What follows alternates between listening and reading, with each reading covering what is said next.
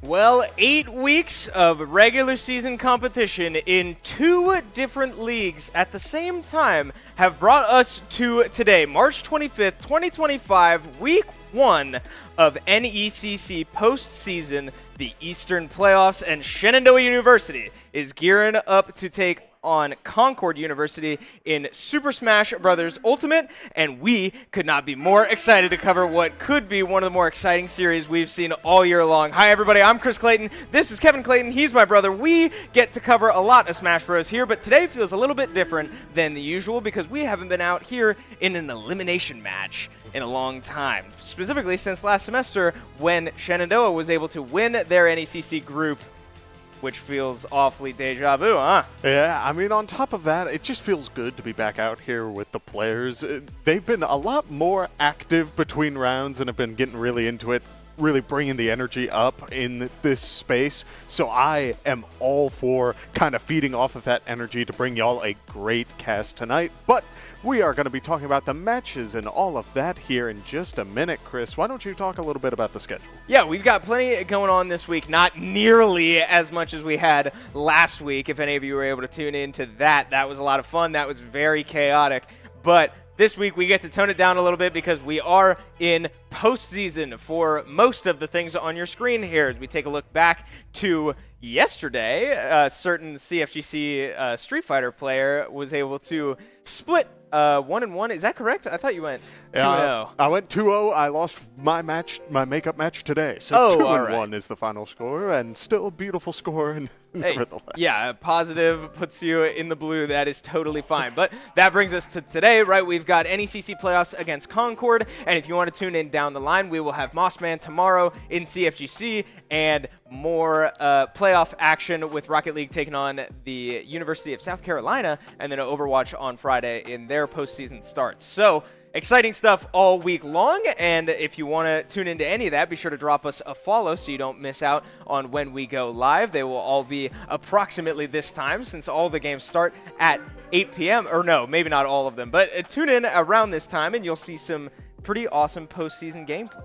Yeah, great stuff all around, but I want to move back a little bit to the Smash Bros. Side of things, Chris. We have seen Shenandoah's roster really find their footing, get a really good team identity going for how they approach these crew battles, and have become very fluid in where they have, where each player has slotted themselves in these crew battles. They've become a lot more adaptive. So, kind of moving into that, I'm excited to see what these players have now that we're in playoffs. Is there some sort of hard mix-up, or are we going to keep going with the game plan that's been working wonders? Right, it certainly feels like we are getting used to seeing the lineup that we have on your screen, right? Far Rhombus coming in for AJ once again, so these will be the 4 you see today. Far Rhombus, Kip, Igloo, Willie on their respective characters that we've come to know so well. And we can take a look at how we got here, what's at stake here tonight, the bracket for NECC Eastern Playoffs, and there's some big names in here. If you've been following the NECC season, 4 teams from each of the groups have advanced into this bracket that you see on your screen, and SU coming out on top in their group with a perfect 6-0 record puts them as the 2 seed in this bracket under a pretty big name up there. Kevin, Winthrop University is in this bracket as well. Thankfully, on the other side of SU, because Winthrop certainly demands a certain amount of respect, and I want to point out as well, SU had a massive matchup against Lebanon Valley last week that went down to the wire. It was to determine first place in this group, and that win for SU now did keep them out of the Winthrop side of the bracket. So every little thing has mattered and brought us to this point. SU has a lot going for them, but nothing matters if they can't get through Concord here today. So we can take a look at Concord, see what the matchup for tonight looks like. Like we said, Shenandoah coming in with a nearly perfect record, perfect through series, only dropping 1 game along the way. I believe that was to Lebanon Valley. So that was a very close series, but on the other side, you've got a 500 Concord team that's looking for a big win here tonight against the Hornets. Yeah, I mean, we're talking about an opponent who should be very wary of Shenandoah's squad going into this. doing their research, you have a good idea of what Shenandoah's roster has to offer. You're expecting that legendary Pac-Man usually to start things off. But when it comes to your answers, that has been tried and true the entire time we have seen this roster playing. It is, do you have an answer for this Pac-Man? And then do you have an answer in reserve for the remaining squad? Because if you don't have two answers in front of you, it can really hurt you in the long run. Yeah, and we'll get into the players pretty soon here, but it sounds like we might have, or at least we might be expecting an answer to the Pac-Man here today. We'll talk about it in a little bit, but we do want to hear from the players before they get into game. It sounds like we've got Ben standing by with one of our superstar players, Willie. Ben, go ahead and take it away. Awesome. Thank you, Chris and Kevin. I am joined by Willie, our Kazuya Terry player here on our Varsity Smash team. First things first, Willie, how are you feeling tonight? I'm feeling pretty good, and I'm really looking forward to play some Smash Bros. Yeah, I mean, it's going to be a very fun matchup here tonight. You guys are seeded now. This is NECC playoffs now for the East Division. You are the second seed going into this bracket. How are you feeling about being ranked that high in this very tough group? I think the second seed does mean a lot. It does mean we get like a slightly easier bracket path. I think ultimately because we were in the same pool as Winthrop Varsity, it does make our job even harder regardless of bracket, because we know if we want to win it, eventually we'll have to face them. But it does also put a little bit of ease for me, at least, to know that because we won our division last semester, it shouldn't mean that there's too much pressure to win this time, because we should be going to nationals regardless. But still, that doesn't mean we're not going to try to win, you know? And I think having a second seed in that position is going to be the best possible thing we can do for now, at least when we have such a titan of a team to go up against. No, yeah, for sure. Now, on your side of the bracket, right, you have a familiar face. William and Mary, I believe, yeah, William and Mary are on your side of the bracket, right? They have that Wii Fit trainer that gave you a little bit of struggle last semester. What are you thinking about a possible rematch against that team if all the stars align? Ultimately, I think the William and Mary match was really, really close, and a lot of it came down to surprise factor. Like, we didn't know they had a Samus, we didn't know about their Sephiroth, and especially we didn't know about their Falco, who ended up being one of the highest placing members of that team in that game. And I think knowing what to expect this time is going to help out a lot going into this next match. That is, if we win tonight at all. But, you know, it does help a lot to know what we're up against, and I think that surprise factor was a huge part of why we weren't able to close it out the first time. So I'm really looking forward for the opportunity to play them again. No, yeah, for sure. Now, talking a little bit about the matchup here tonight, right? There's a Mega Man on the other side, which we've seen give this SU roster a little bit of some trouble, mainly with Stony Brook and Wichita here, years within the time of our Smash Bros team, right? So what are you thinking about kind of some of these matchups coming through with some of this Concord roster? Honestly, Concord has a really unique lineup, because I feel like half of their team members really do well into countering the typical Kazuya play that I usually go for, but the other half really fall victim to it. So I'm really sort of on the fence as to which character to play tonight. As for Mega Man, I think that one in particular can be a little bit tricky with both characters. However, Terry does have the potential to out-offense Mega Man. If you're just able to keep hitting buttons, usually that's enough to take care of things like Leaf Shield. But it's going to be interesting for sure. I'm really looking forward to see how it goes. Oh, yeah, for sure. Well, good luck here for tonight's matchup. Hopefully it comes up with an SU win. Guys, back to you. Looking to find their way back into the win column, where they have made themselves awfully comfortable. But exciting stuff, hearing all that from Willie. Plenty to be happy about, but a little bit to be nervous about. Again, I mean, we talked about this titan of a Winthrop team that won the national championship last year for Smash Bros. We got to watch a lot of their players in person at Boost on the Beach. I mean, that's an incredibly talented school, borderline professional players waiting on the other side of this tournament. Oh, you can't help but feel just a little worried at that prospect of these players who you ran an event for, you got to see what they were made of, and I believe most of Shenandoah's Smash Bros. Roster who got the chance to watch those matches were in awe of what they saw out of players from Winthrop. But with all of that being said, you can't look too far ahead. There's one opponent in your way right now. If you try to look past them, they might knock the lights out of you. Absolutely. You cannot sleep on what's in front of you. And we heard Willie talk about some of the William and Mary surprises.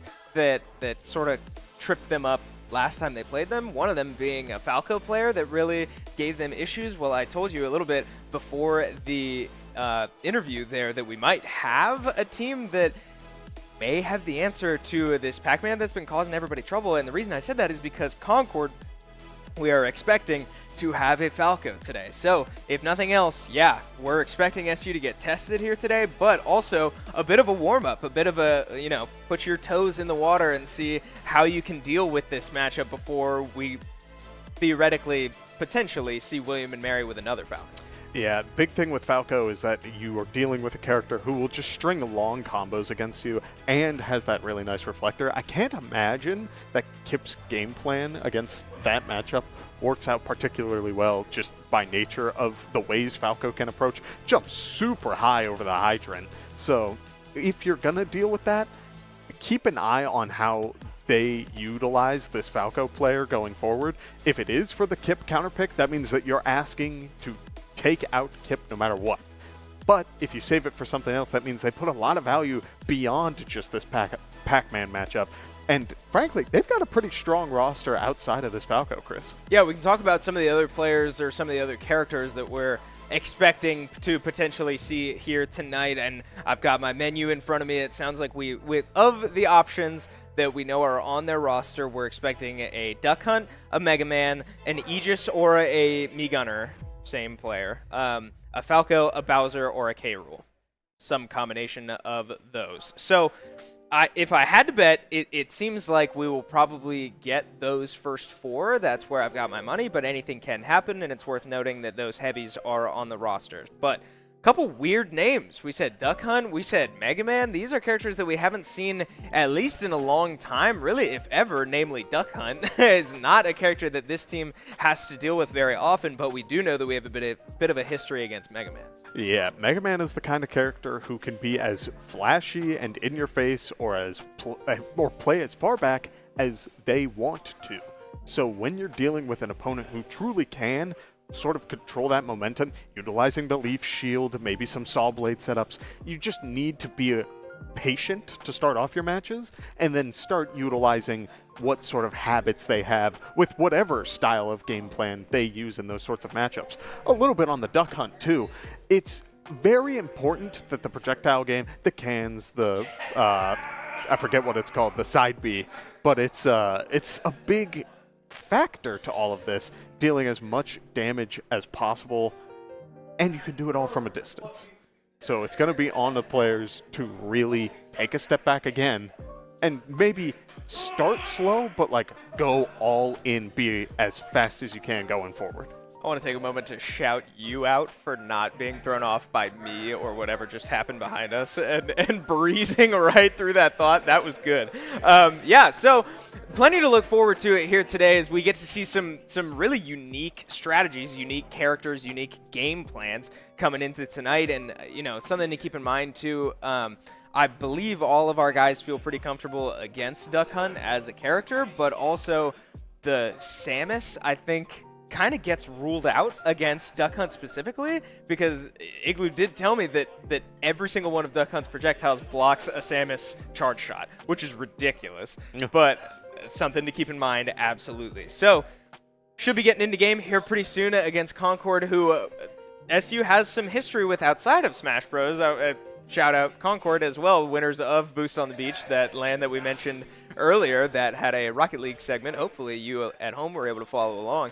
And if you were, you know that Concord absolutely put on a show in Rocket League. So we'll see if their Smash team is able to do anything even close to that here tonight. I mean, you want to talk about putting on a show. It wasn't just for the win. They got fancy with it. I am all for getting fancy with it if you can find opportunities to show it off, but you got to be very aware of that. You got to be aware that you shouldn't go for fancy if it means you won't guarantee your win.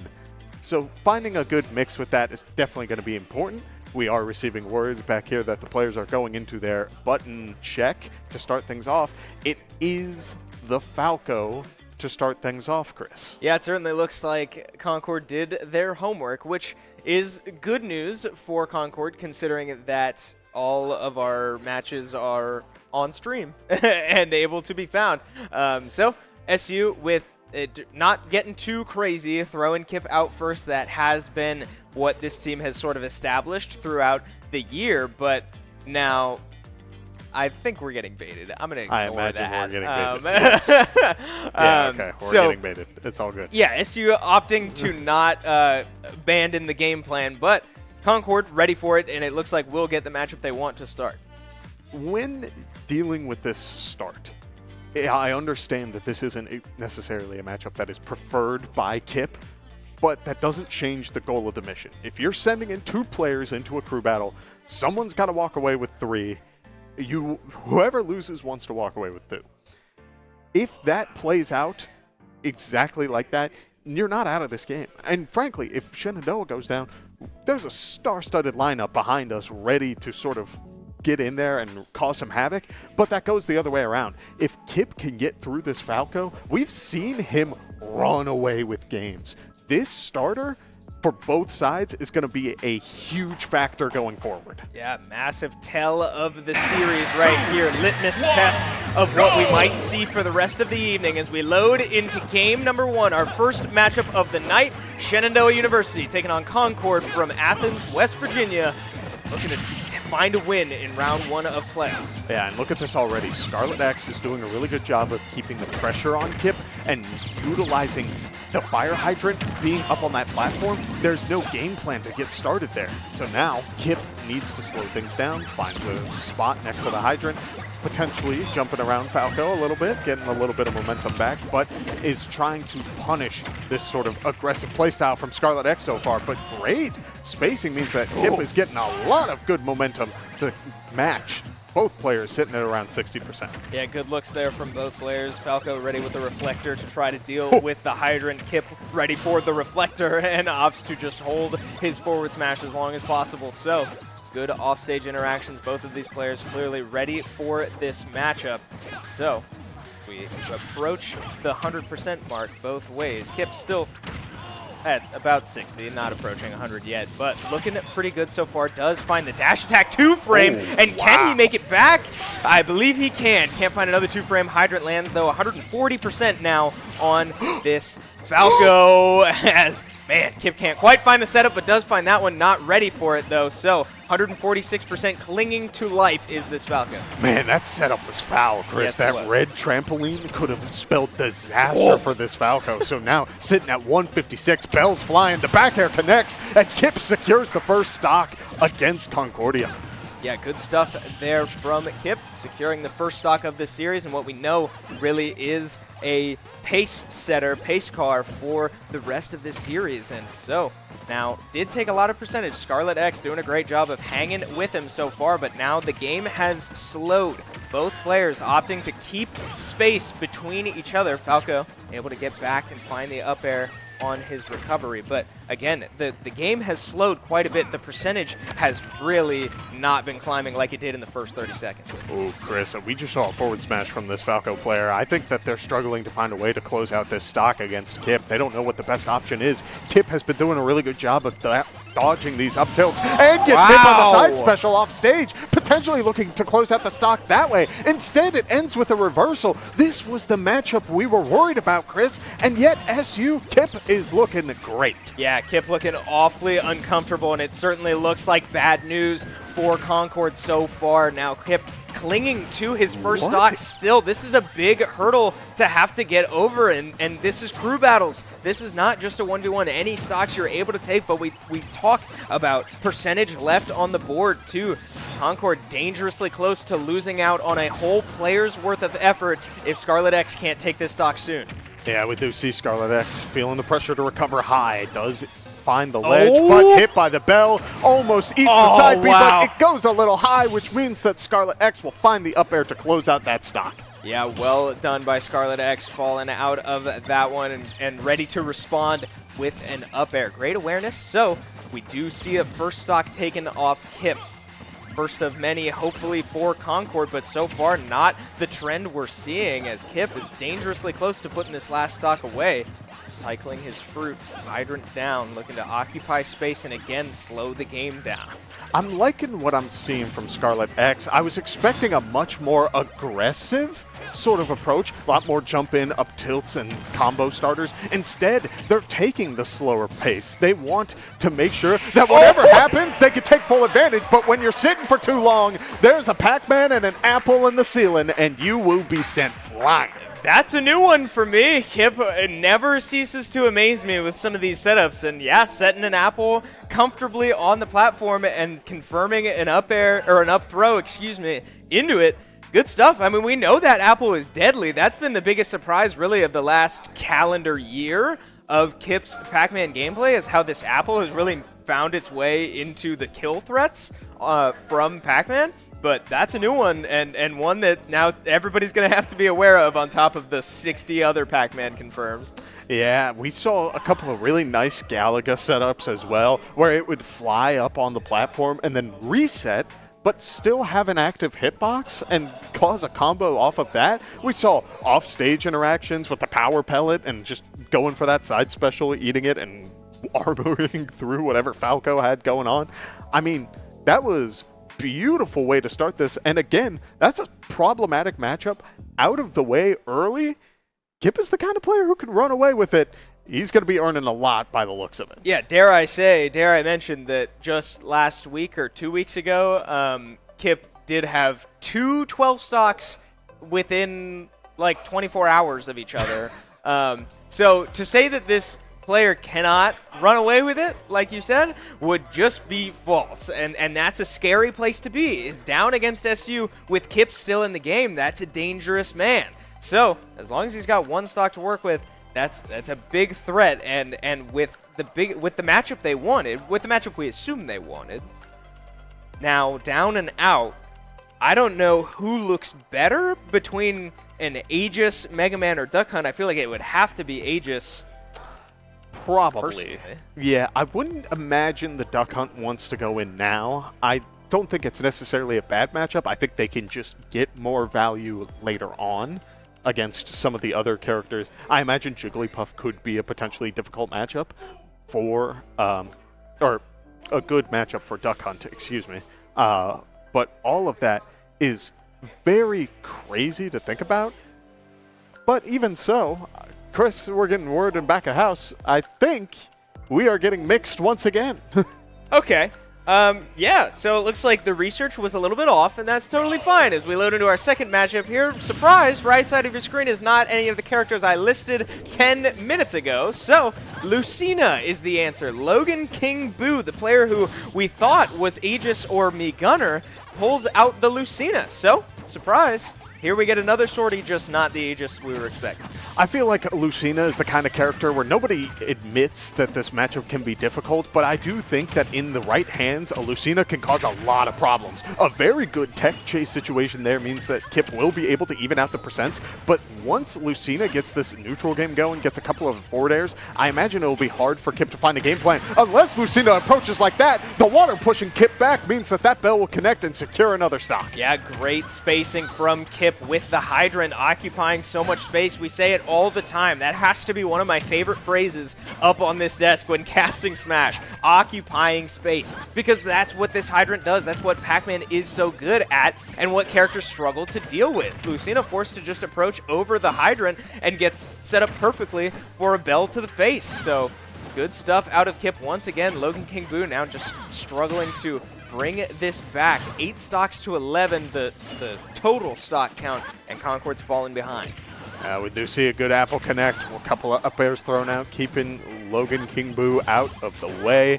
And they are feeling the pressure to approach. But, I mean, hydrants and bells are flying into your face. It's such an awkward spot to be in. The neutral get up, getting caught by the bell. A bell thrown down along with the hydrant. But Logan King Boo doing a great job of finding the opening to get back to the ledge.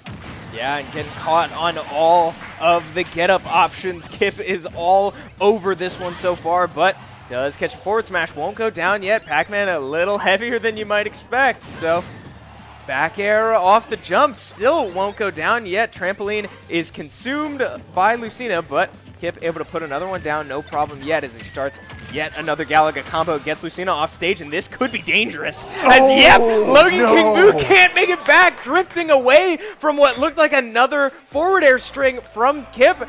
Can't recover back to the ledge, can't make it to the grab. And just like that, Kip takes 3 stocks and didn't even lose one along the way. And that's the thing, Chris. You had a moment there where Lucina was feeling the pressure. Kip at over 100%, wanting to secure the stock. It's trying to hold on to their own. Holds backwards, trying to make sure that whatever Galaga combo stuff, I'm not holding in. We're not going for a whole ride off into the blast zone. But Kip takes a step back and says, I think you went a little too far off. Yeah, and how about the awareness, too? Like, it's so easy to tunnel into opportunities like that with characters that have such linear recoveries. You know what Lucina has to do in that situation, so you could position yourself and take her off stage. But Kip, knowing the situation, knowing that she can't make it back, bails, and knowing that she has to run away from me, she has to respect that option, boom, falls to her death, and with little to no effort off stage, Kip, great awareness, great heads-up play, and now finds himself, again, what did we say? This is a dangerous place to be. When you lose that first matchup against Shenandoah and Kip is still in, it can cause disaster for your team. I mean, every time we see Kip, there are guarantees. Kip does phenomenal, a ton, almost every time we see him on this broadcast, but also we're seeing more and more setups again, Chris. We're seeing new stuff brought out for playoffs. I saw him throw Galaga down at ledge. Could have charged for the belt. No, just decided, we're going for the Galaga down at the ledge. I'm like, this is a different Pac-Man. This is a dangerous Pac-Man. No one knows how to deal with this one. It's crazy. You know what it is? It's a 21-year-old Pac-Man. A kid coming off a birthday recently, just last week, and now we are receiving word once again that now at least half my research will be wrong for this set, as Jay the Knight is the answer to try to put out this fire that Kip has started, and it's on Piranha Plant. Okay, let us acknowledge Piranha Plant doesn't have the best history in Ultimate, but within the last month, I'd say, Chris, there's been a new tech found on Piranha Plant. Really? You can cancel the animation of Patui. The best move that Piranha Plant has, frankly, the reason why the character is considered to even have a crazy game plan to start. I wouldn't be surprised if we see a little bit of that today, but to start things off, both players trade a ton of percent, one into the other, and 83 on the plant, a 51 on the pack. Yeah, so far, Jay the Knight not having much of an answer. A lot of that percentage coming from the poison, that side B that can just melt through your health. But now, Piranha Plant up over 100%. You saw the matchup preference, too, for a second there. Kip couldn't feel better about this one, and we see exactly why. The Hydrant able to just connect off stage. Piranha Plant, again, one of these characters with a very linear recover option, and just like that, Kip able to take advantage once again and is well on his way to wreaking havoc through this Concord roster. Yeah, we are seeing a couple of good setups here.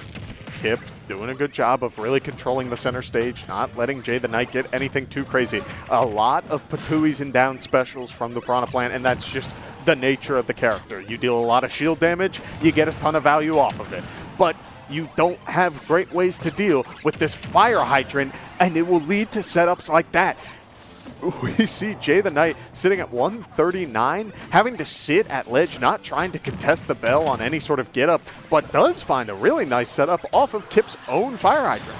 Yeah, how about that one? But Kip with a response, a key off stage, and now the apples are coming out. Kip's got red in his eyes, and sure enough, a down air will do the trick. So, Patui in hand, Kip able to dodge that one, but not the second one. Doesn't get knocked back much from that one, and now has an opportunity to go for a Galaga combo. The percentage racking up again. And what did we say in matchup number 1? These opportunities, this percentage left on the board, that now Jay the Knight is tasked with getting rid of this stock before losing all the effort that he's put in so far. But Kip looking to stop that one, but a jab still doesn't kill even with the help of the Hydrant. Ooh! That hurt. That hurt me a little bit. I don't think anyone was ready for the Piranha Plant down air there, but it will secure another stock for Concord in this series. We do see a bit of a clang between the Bell and the Patui. I mean, lots of projectiles are flying, Chris, but it's nice to see that they're playing it a little slow. Again, Jay the Knight really taking the time on the ledge, not going for anything too crazy. Does eat an apple, but it won't be enough to take out just yet. Yep, and a back air on the ledge might have been survivable, but not in that instance, as Kip takes down yet another player and now forces Concord to their last option with still another stock on the board. What did we say? As long as he's got one, he's dangerous. Man, I was expecting Patui cancels, Chris. I wanted to see the crazy, cool. People have been getting, wild with that sort of stuff. I bet.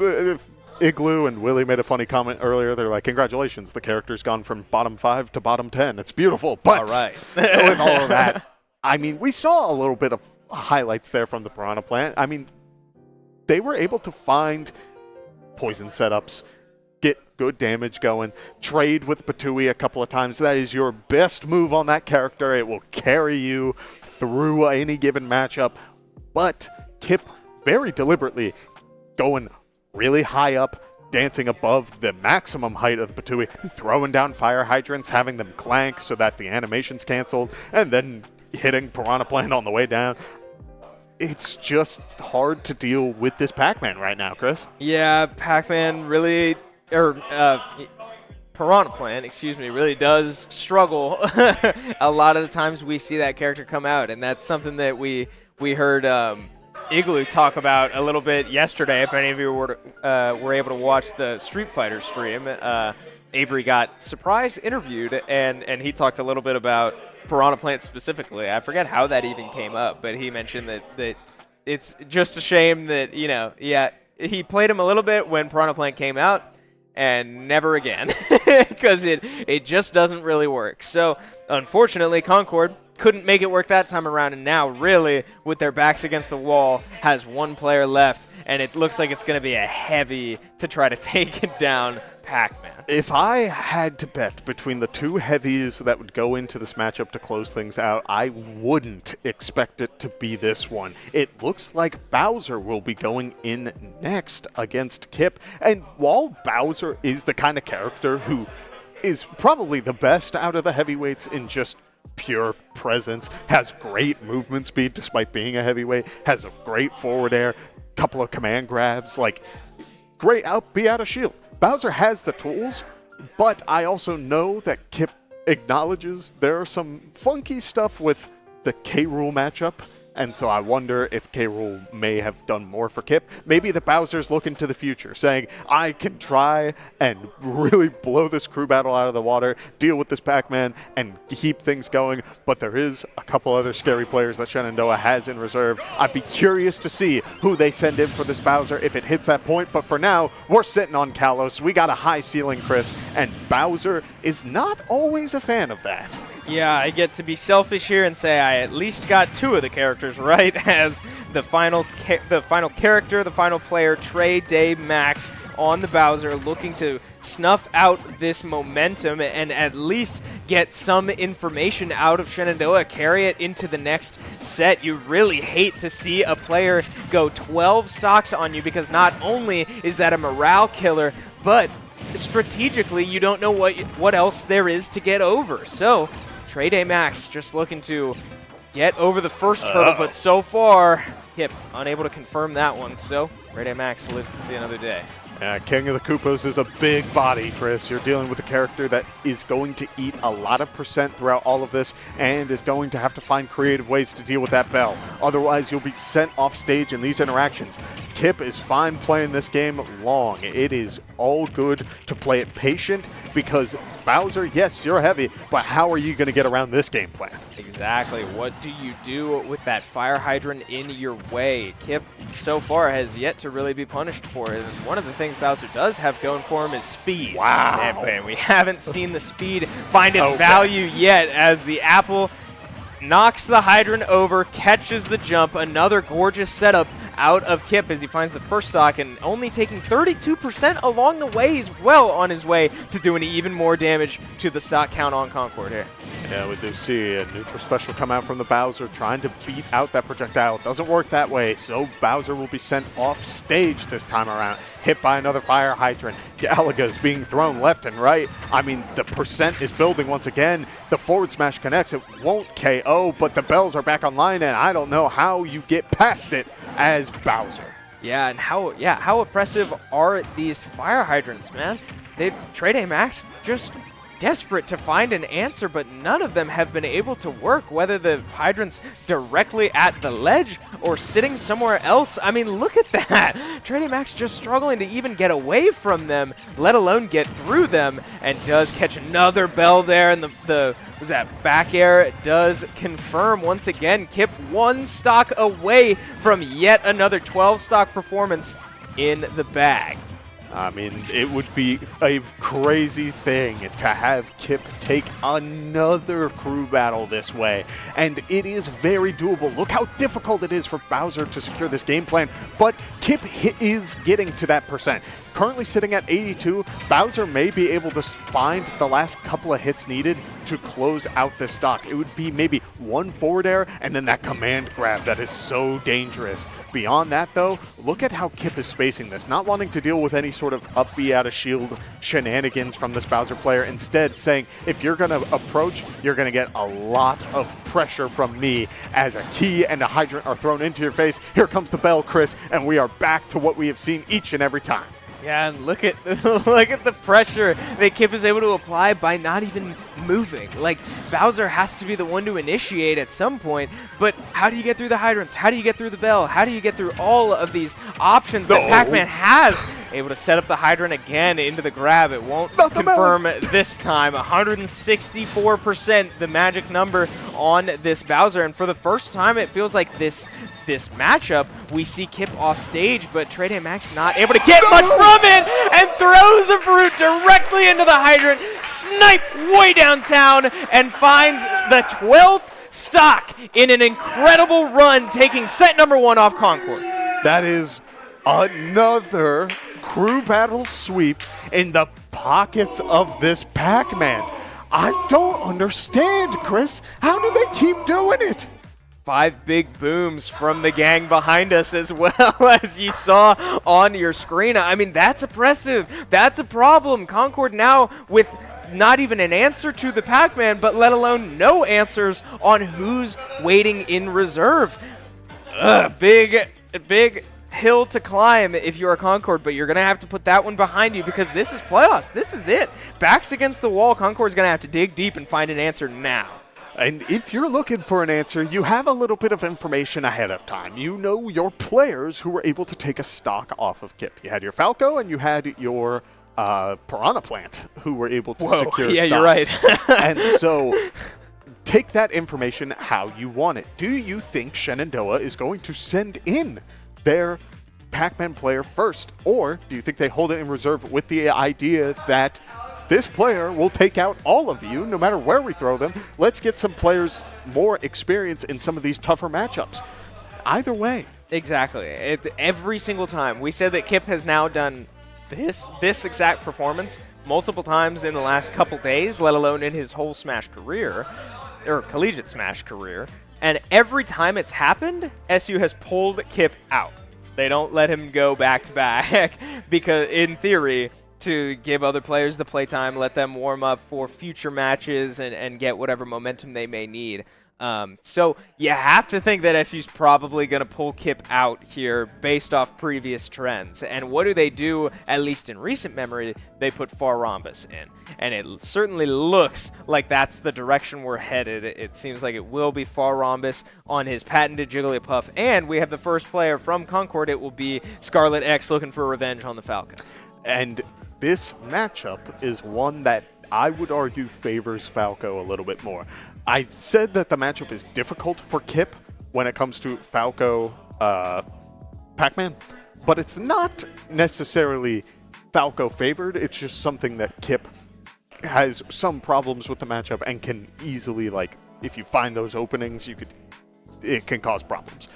This time around, I do think that this falls more into Falco's hands by nature of Jigglypuff tries to sit in that awkward spot. Of course, I'm going to use you as an example. What do you need me to do? Jigglypuff sits in this awkward spot up here. Okay. Where, and what do I do? I mean, well, that's the thing, right? Is that some characters don't know what to do in those situations. But Falco has a really nice up tilt that covers that entire space. Yeah. With all of that, good it visuals. makes, yeah, right? With all of that, you can really shake up a Jigglypuff game plan, and Jigglypuff doesn't want to really play it slow if they can, at least in Ultimate. Yeah, it certainly felt like the first time we watched Scarlet X play, it felt like they were the ones that at least kept it the closest with Kip through their whole matchup, and Kip ended up walking out still with 2 stocks in hand, but it certainly felt like that was the biggest player to keep an eye on. It was just a shame that we saw them go or bow out early. So with an opportunity at revenge and their spring semester on the line, Scarlet X loads in here against Farambus in what will need to be a set win for Concord. Yeah, and there's that combo game that we were expecting to see the last time around. Falco eating a lot of percent to start things off, but does find one opening, finds an up tilt, and look at that. Went from one up tilt to 70%, another up tilt into a back air that almost KO'd Chris. That is the strength of this Falco as a character and as a player. They're doing a really good job of not letting this first crew battle phase them, and is really bringing the pressure this time around. Yeah, it certainly feels like what I mentioned is true, that this player was really something to look out for, and now with an opportunity, you said it, and what seems to be a strong matchup on paper, Scarlet X looking to bounce back and doing a great job so far, but Farambus really seizing the momentum back after what looked like a strong start from Scarlet X, bringing the percentages back much closer than they were as we reestablish that Jigglypuff game plan. Float around, throw aerials, and wait till one of those hitboxes connects. And that's the thing. We're seeing down tilts now come out from Farambus, or from Scarlet X, excuse me. It was the percentage. When Falco's up tilt is a great combo tool for a while, but there does come a point where you should start using down tilt to secure the stock because it won't combo with the up tilt. So we see it there. Scarlet X showing off that character knowledge and keeping the pressure going. But now Farambus finding a good opening, sending Falco off stage, does get hit by the get up attack, which means we will be reset back to neutral. Farambus doing a good job dancing around what Falco has going, but instead Scarlet X eating the up air and will still hold on to the stock for a little while longer. Yeah, now the one struggling to finish stocks off seems to be Farambus. We saw when Scarlet X had to take on Kip, he seemed to be the one struggling to finish stocks. Well, now Farambus goes down, spiked by the side B. So 147% clinging to life, but really not feeling much danger until now. Jigglypuff goes crashing forehead first into this Falcon and is able to take a stock off. And this is a great spot to be, whether you believe it or not, Chris, because Farambus is playing a character like Falco who can get a pretty good amount of percent built off of one good hit. So with Farambus finding a good down air, does go for the back air. It won't combo this time around, but that is the kind of play that is needed to potentially bring this back, as we see Falco air dodge and go for the nair off stage, sending Farambus a little low as they are able to grab the ledge. Going for the dash attack, does eat a little bit of percentage. Farambus going for the roll-in, but the Scarlet X up smash will be able to close out that stock this time around. Shenandoah going down 9-11 in this series. Okay, well, we said the Concord was going to have to dig deep and find an answer, and it looks like Scarlet X is certainly a massive part of it. Looking very, very strong against Kip the first time around and Farambus now in the rematch. So Scarlet X, for the first time in this series, Concord with an opportunity to try to build something and push this lead into even more. I think it caught Farambus a little bit off guard that this Falco player did have that combo game locked down the way that they did, because you play off of the information you're given in the first round of the crew battle. What we saw was Falco couldn't find a way in against Kip, therefore no crazy combo game. Therefore, you were Falco was a sitting duck. Yeah. So, going into this match, that's what you play around, and then suddenly 70% off of one up tilt. Another up tilt connects, and again, in that sweet spot where Jigglypuff likes to hover, and it eats another couple of hits to lose that stock. It's just a very difficult matchup for that Jigglypuff. Yeah, you really have to think that if Rhombus did match up into any of those other players we saw, that would be a much different result. But worst case scenario for the Jigglypuff, and unfortunately does go down, but did find a stock before going down. So what looks to be the biggest threat on Concord, at least to the eye test, now does lose a stock, so SU now forced to make a decision. Do you put Kip back in, or do you let the other players warm up their fingers a little bit? And it looks like we've got our answer, and it might just be the worst answer we could give Concord. I mean, worst answer for Concord, best answer for Shenandoah. For you and I as entertainment. Yes. It looks as though Willie is making an early appearance and is deciding, I'm going to throw in the Kazuya. If you're going to play your combo game and string to 70, let me show you what I can do with my character as we move to Town and City and we get to see some funky stuff, Chris. Yeah, I had the pleasure of watching Willie play a Kazuya Ditto yesterday, just like watching over his shoulder. That was one of the craziest things I've ever seen. Just watching two Kazuya all over each other and do exactly this, but able to find kills against each other, as now Willie up against a Falco with an awkward jump, able to recover from that percentage. And did you see Willie get turned around there off stage? That was really interesting. Yeah, that was auto turnaround at its finest, Chris. We do see one electric connect into the up smash to close out one stock against Scarlet X as we reset back to neutral. Scarlet X approaching with the forward air, using the lasers a couple of times, keeping the pressure going. One up tilt on the shield, one up tilt into the back air will secure a stock off of Willie as both players handshake and say, yeah, we both got some crazy stuff going, as the electric allows you to go through lasers, Chris. Yeah, how about it though? Scarlet X now matched up into this Kazuya, such an oppressive and strong character that put together one heck of a combo. And again, season on the line, a lot of stress in this situation, able to bounce back and steal that stock off Willie. Very impressive stuff so far from Scarlet X, and now racking up percentage in stock number 2, but Willie does find a grab. This is not where you'd like to be, especially Chris, with the platform running away from you. Willie able to take it all the way off stage and all the way down into the blast zone, clinging to 2 stocks of his own, and now all the momentum into the world into these next 3 players. All that glitters is gold, Chris, and Willie is definitely sitting glittering gold with that Kazuya, making it all look beautiful in the process. One grab connects into the electric combo, 70% or so, and drags with the nairs down into the bottom blast zone. I'm telling you, it's a slight difference between 2 combos and 1 combo, but that difference saved Willie a stock. Exactly, and it really felt like in that last combo, the only way out was the platform. Was Willie taking it all the way to the side and Scarlet X landing on the platform and being given the grace of a tech situation to be able to run away from Willie. But in the moment where Scarlet X needed it most, the platform goes running off screen and Willie's able to just drag this combo all the way off the stage and down, all the way down to the blast zone. Gorgeous stuff from Willie, not being phased by the platform, and a tough break, a tough timing situation from Scarlet X. If that combo started half a second earlier, we might still be in game right now. Right, and that is one player from Concord who is taking multiple stocks off of Shenandoah's roster, just in general and throughout this series.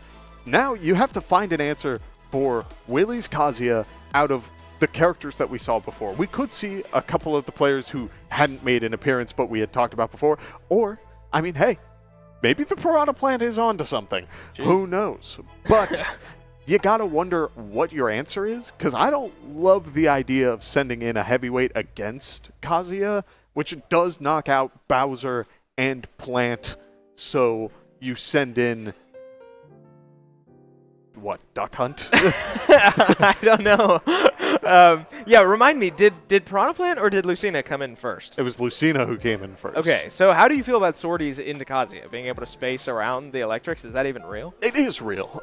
It's a very important factor, and that's part of the reason why characters like Aegis do so well against that's Kazuya. true. But Lucina plays a little bit slower and a little bit floatier. I do think Kazuya can shark under the game plan a little bit better. We'll have to see if Lucina is going for full hop forward airs and if Willie will try to then go beneath. Truly predator versus prey, shark underneath and get a game plan going. We move to Hollow Bastion. Lucina makes an appearance. I do think this is probably the best answer of what we have seen so far to deal with this demon. Concord still holding on to a stock lead here as player number 2 forced to load in against Willie, as Willie finding every hitbox in the book so far. Another electric connects off the ledge and can't take Lucina down with him, so living to fight another day. Logan King Boo, the response, a down smash, just raw. Another parried electric wind god fist. So Logan King Boo with a little bit of momentum going just for now, but back off stage and in an awkward situation. Ooh, man, Logan King Boo doing a really good job of dancing around this Kazuya game plan. Not necessarily dealing with the sort of situations like trying to space out the aerials, instead playing a very aggressive approach, but Willie able to use the up special to secure the stock there, sitting at 83. Either way, this is a great spot to be for both sides as the stock count is evening up.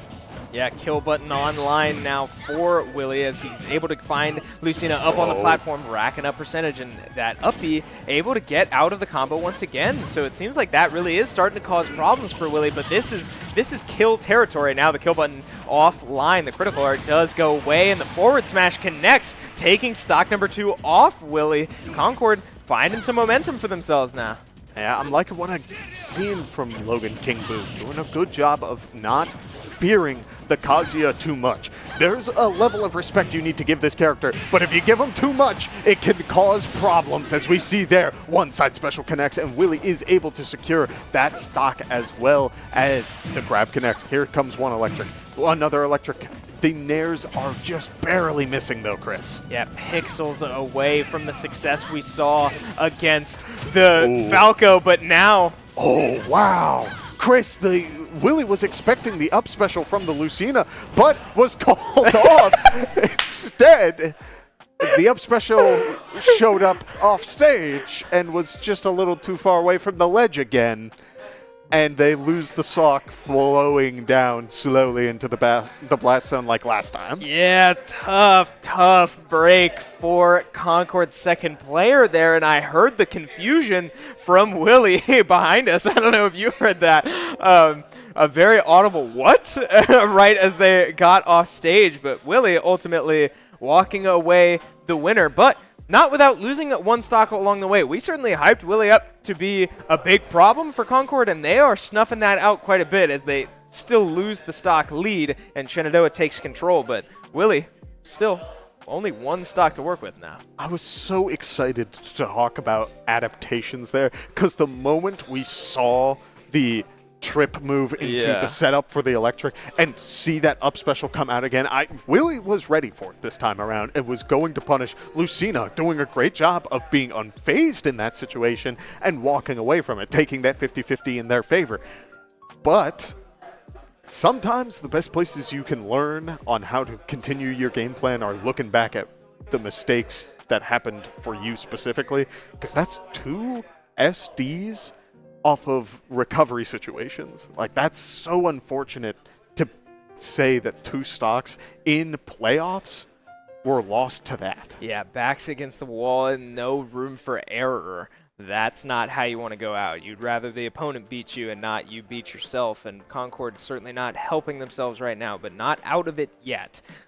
6 stocks still remaining, 2 players, as only a 1 stock deficit. If one player is able to get this first stock off Willie, maybe reset percentages and tie this one up, still plenty of reason for hope for Concord, but they are, again, running out of mistakes that they can give, and with little to no options left, especially character-wise. I mean, dare you send in a Piranha Plant right now? And you know what the scariest part about this is? We saw Piranha Plant with Counterpick last time around. Piranha Plant's preferred counterpick stage was FD. Oh, that's true. Oh, that's true. You don't want platforms when you're playing Piranha Plant because it gets in the way of the Patooey a lot. You could combo off of platforms pretty well if you have that sort of knowledge going into it, some like funky up air into Patooey launch. It doesn't do a ton, but you can play around it. It's a very real factor. But with all of that being said, Final Destination, I'm assuming they're going to ban it. I think you give Kazuya the respect that the character deserves. I agree. But that does mean that you're not going to your preferred stage, and your back's against the wall right now. Not totally against the wall. It is 7 stocks to 6 right now, but there is the ever-looming Pac-Man menace in the background that you need to hold on to these stocks for and have the answer later on. Right, you have to think that someone at this rate, best case scenario for Concord, is going to have to go 3 stocks against Kip.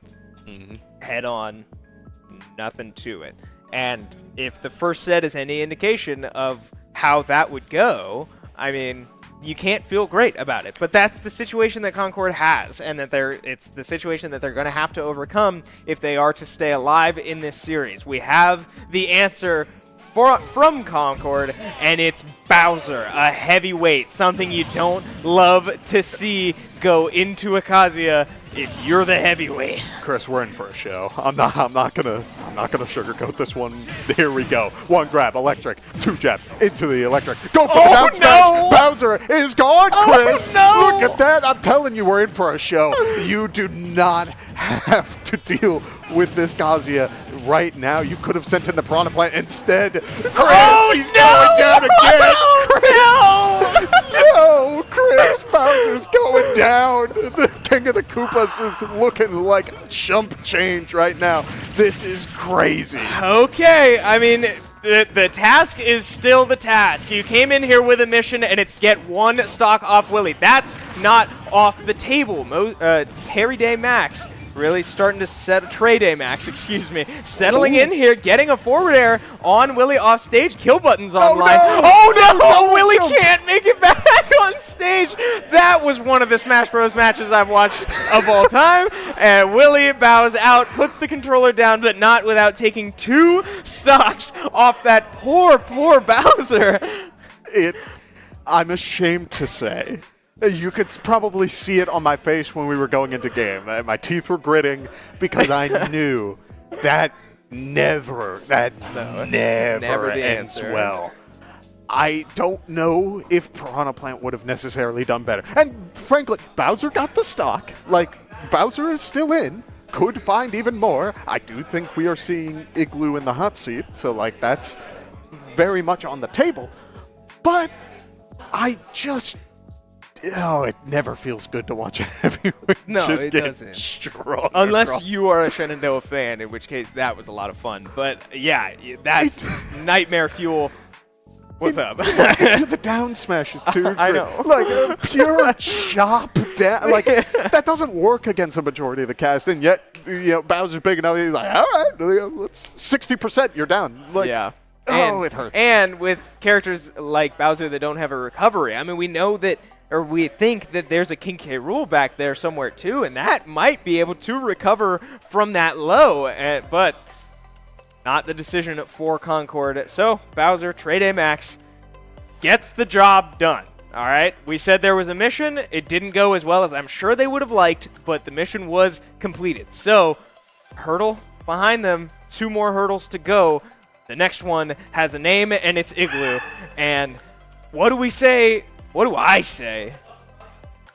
He's cold-blooded. In situations like this, where Igloo needs to go in and just take care of business, he's never the flashiest on the team. You never see him going in 12 stock in, but it's because he doesn't need to. Igloo's very selfless. He is the captain of this team. He's fine with sitting back and watching his teammates succeed, but when his number gets called, he rarely falls short. Right. I mean, every time we see either on the Dino or on the Space Bounty Hunter, performs. We see great opportunities for Igloo to really just keep momentum in Shenandoah's pocket, making sure that whatever game plans are set up for the opposing team, it's like the ultimate disruptor or like continuation of what Shenandoah wants. So keep an eye on how Igloo tries to approach this matchup. You may not see tons of crazy strings. I mean, we are dealing with a heavyweight still, but I wouldn't be surprised if Igloo does try to slow it down a little bit with a couple of eggs and keep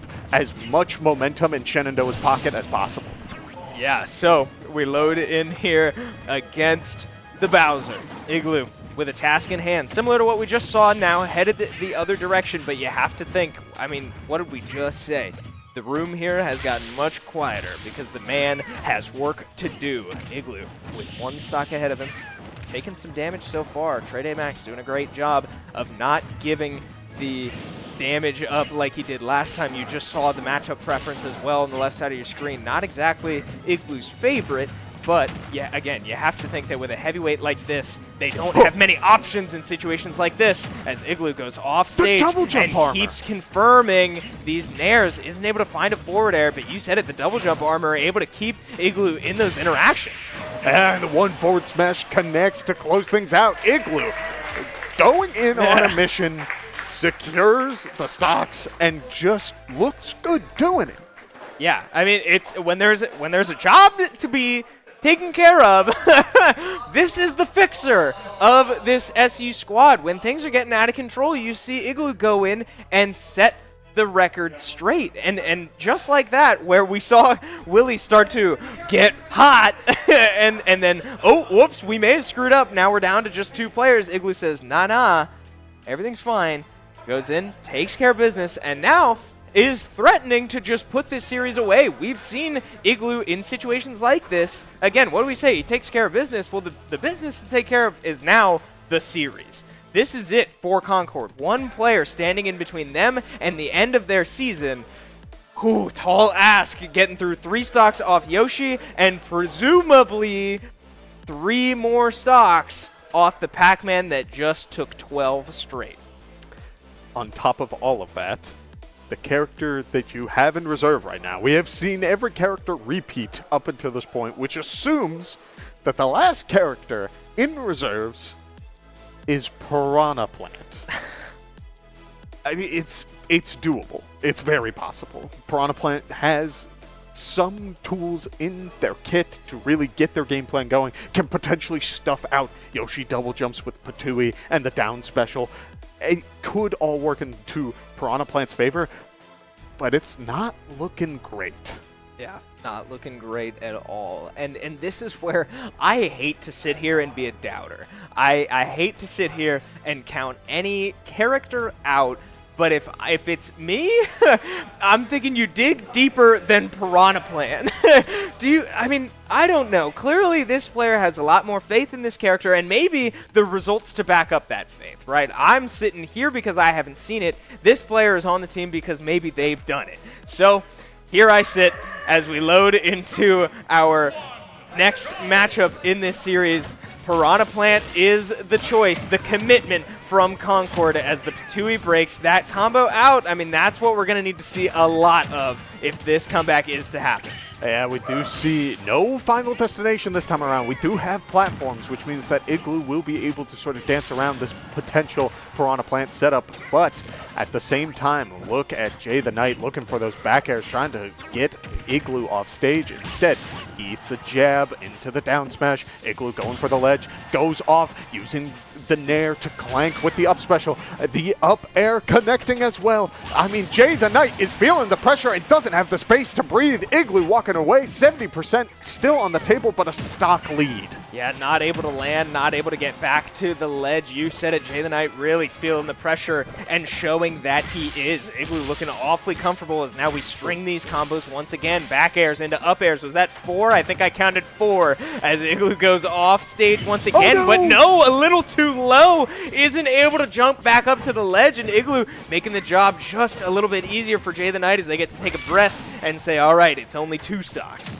Yeah, you do have a lot of pressure on you. Igloo going real low, trying to make up from what we saw last time. Does get amazing coverage, trying to prevent Jay the Knight from recovering and keep that pressure going. But look at the percent buildup from the Piranha Plant. A lot of clank hits, Chris, where both players are trading back and forth, going for each other's moves, and both are connecting. Piranha Plant doing a good job of trying to even things out and hold on to the stock as long as possible. But there's a dino at the ledge, and it is throwing out its feet to really keep the pressure going.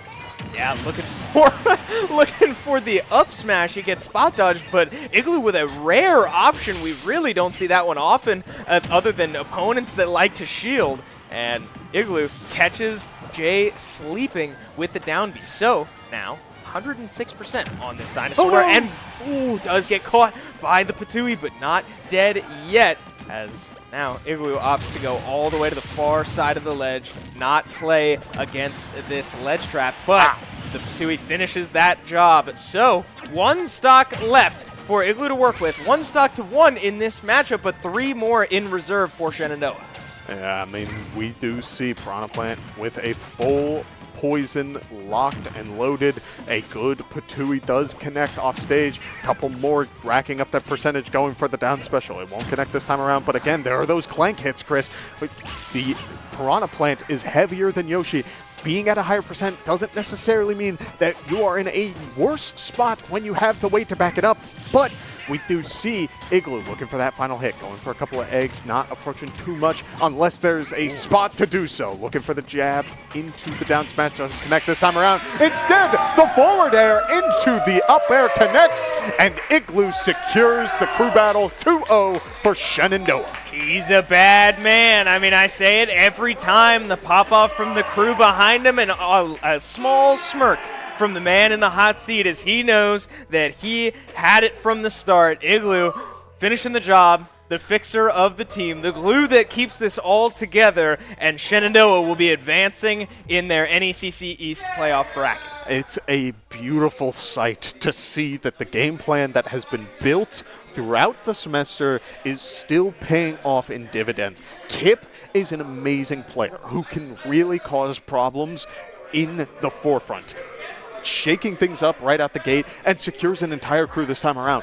But when the other players are given a chance to equalize things, show their stuff, they also perform just as well. This is a powerful roster that Shenandoah has got, and I look forward to seeing their performance in the next couple of matches.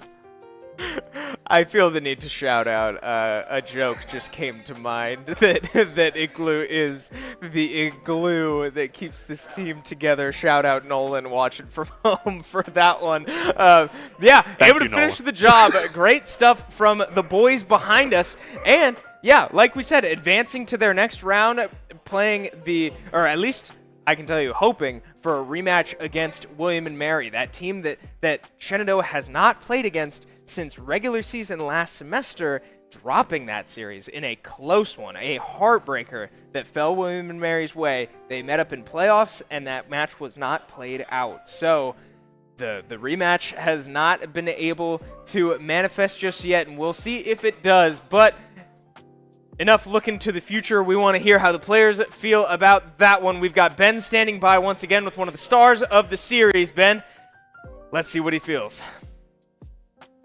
Thank you, guys. I am standing by with Kip, our Pac-Man god that we saw earlier here tonight. Kip, how are you feeling after that performance?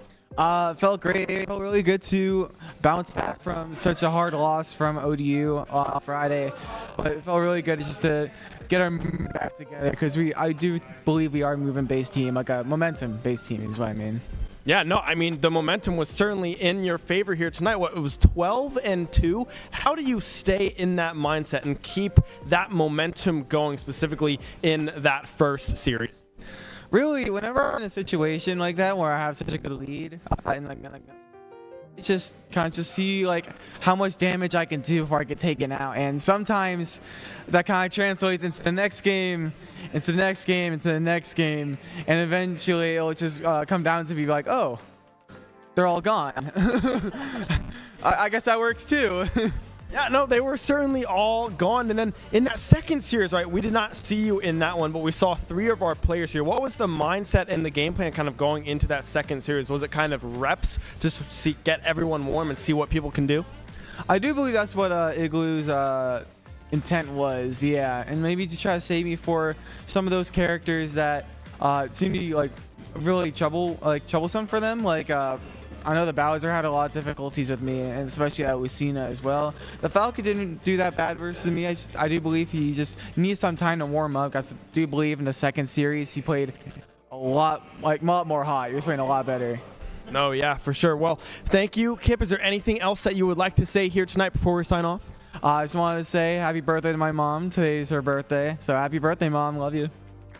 Awesome. Happy birthday, Mom. Congratulations to you guys on your victory. We're going to send it back to Chris and Kevin to sign us off. Hey, what a cutie.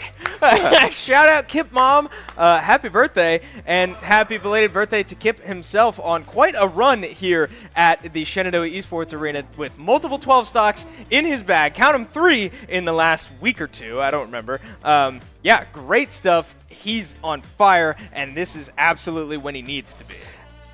Going forward, just keep an eye on this, because there are going to be opponents who are going to really try and hold that momentum. But until then, Kip is the player who people need to find an answer for. Going forward in this tournament, if you don't have the answer for this Pac-Man, consider it curtains, because every time Kip delivers, is willing to go into the back, the players are still getting good reps, and we're talking about a phenomenal team all around. It is so important that you are ready for it. Otherwise, you are gone. Yeah, Shenandoah solidifying, reinstating, reaffirming why they are the 2 seed in this bracket and well on their way to a very successful postseason appearance. But that will do it for us here tonight, live from the Shenandoah Esports Arena. Thank you so much for watching. Be sure to drop us a follow on whatever platform you are watching on right now so you don't miss out on any of our future esports action, including all of the postseason action this week. But with all that behind us, I'm Chris Clayton. This is my brother Kevin Clayton. We will see you next time. Shenandoah University is a big little university rising. With 22 Division III sports teams, over 200 areas of study, over 300 annual performances, an elite academic esports program, nationally ranked health professions programs, one of the biggest university presences on Broadway, immersive AR and VR learning programs, cybersecurity and computer science programs, and innovative undergrad and graduate programs. all at a place that cares for you. Shenandoah University is the big little university rising. Find out more at su.edu/rising.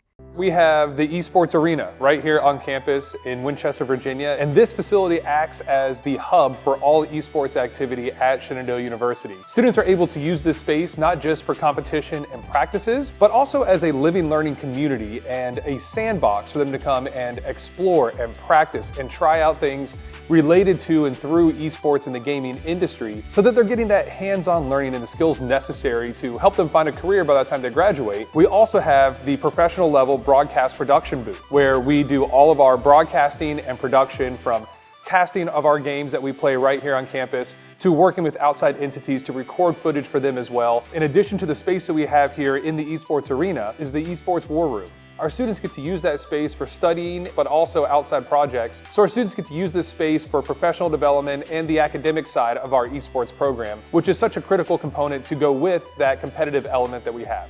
So we combine all of our facilities at Shenandoah University with competition, community, and career preparation. We have over 250 days of programming, and there's something for everybody, and we want you to be part of it.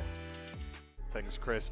We have seen Shenandoah's roster really find their footing, get a really good team identity going for how they approach these crew battles, and have become very fluid in where they have, like, where each player has slotted themselves in these crew battles. They've become a lot more adaptive. So, kind of moving into that, I'm excited to see what these players have now that we're in playoffs. Is there some sort of hard mix-up, or are we going to keep going with the game plan that's been working wonders? Right, it certainly feels like we are getting used to seeing the lineup that we have on your what the matchup for tonight looks like we said, Shenandoah coming in